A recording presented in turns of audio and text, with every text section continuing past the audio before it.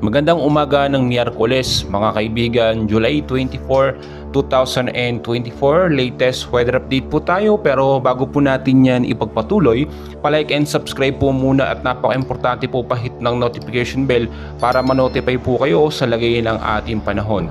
So patuloy pa rin po nating binabantayan ito pong si Typhoon Karina, mga kaibigan, na kumikilos pa rin po pa northwestward po, no? Kung titignan po ninyo sa ating pinaka live radar ay ito po hindi pa actually nakakalabas ng Philippine Area of Responsibility.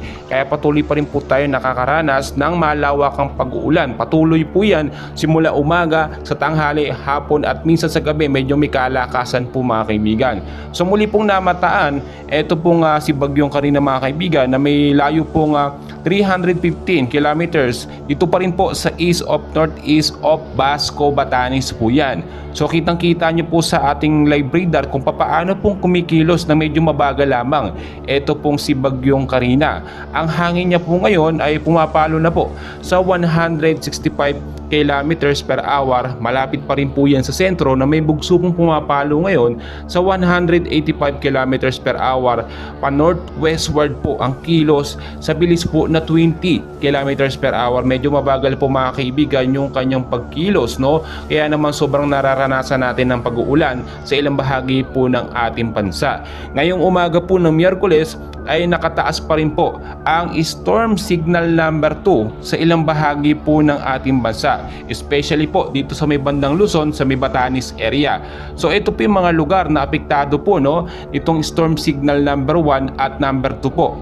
Dito po sa Cagayan, kasama na po ang Babuyan Island at eastern portion po ng Isabela, no, ay apektado po yan ng storm signal number 1 hanggang number 2. Tinitignan din po natin at minomonitor ng Pag-asa kung ito ilalakas pa nga ba papunta po sa storm signal number 3. So maganda, nakaantabay po tayo sa lagay ng ating panahon. Kasama rin dyan, no, ito pong northern portion po ng Apayao at ilang bahagi po ng northern portion ng Ilocos Norte ay talagang nakakaranas po ng malakas na paghangin din at patuloy po na pag-uulan.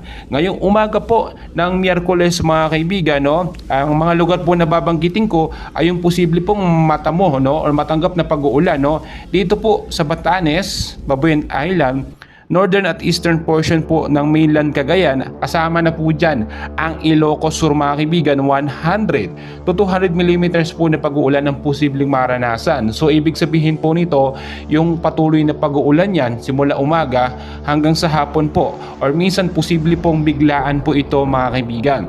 50 to 100 millimeters din na pag-uulan dito naman po sa Ilocos sa Norte, La Union, Abra, Benguet, Apayao at eastern portion po ng Isabela, kasama na po ilang bahagi ng Cagayan. So yung mga lugar po na yan, no, bandang hapon hanggang sa gabi, posible pong maging malakas yan. Pero asahan nyo sa umaga, maulap ang panahon na may mga pag-uulan po. Kalat-kalat po yan, mga kaibigan. Kaya naman kung wala naman kayong importanteng lakad sa hapon sa gabi, mas maganda manatili na lang po tayo sa ating mga kabahayan. Iwas na rin po tayo sa banta po ng bagyo, no, at para safety na rin po tayo sa ating mga kabahayan. Dito naman po sa ilang bahagi po ng Batanes, kasama na ang Babuyan Island, 100 to 200 millimeters na pag-uulan din ang posibleng maranasan po dyan.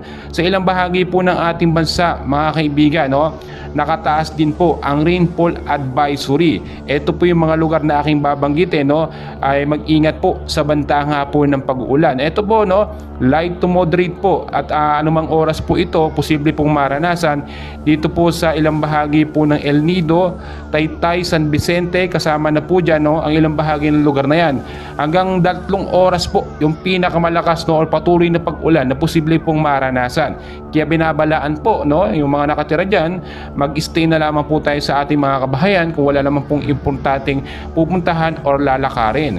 So nakataas din ng heavy rainfall warning number 12 naman, orange warning level po tayo dito po, no, sa Occidental Mindoro.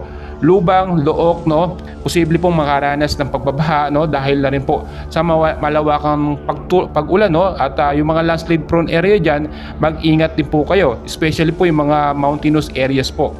Yellow warning naman po dito naman po sa ilang bahagi din ng Occidental Mindoro, kasama po ang ilang bahagi dyan ng Abra, De Ilog, Santa Cruz, Sablayan, Kalintaan, Rizal, San Jose at Magsaysay.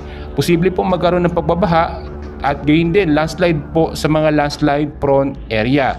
So mga kaibigan, no, nakataas din, no, dito naman heavy rainfall warning number 5 sa ilang bahagi naman po.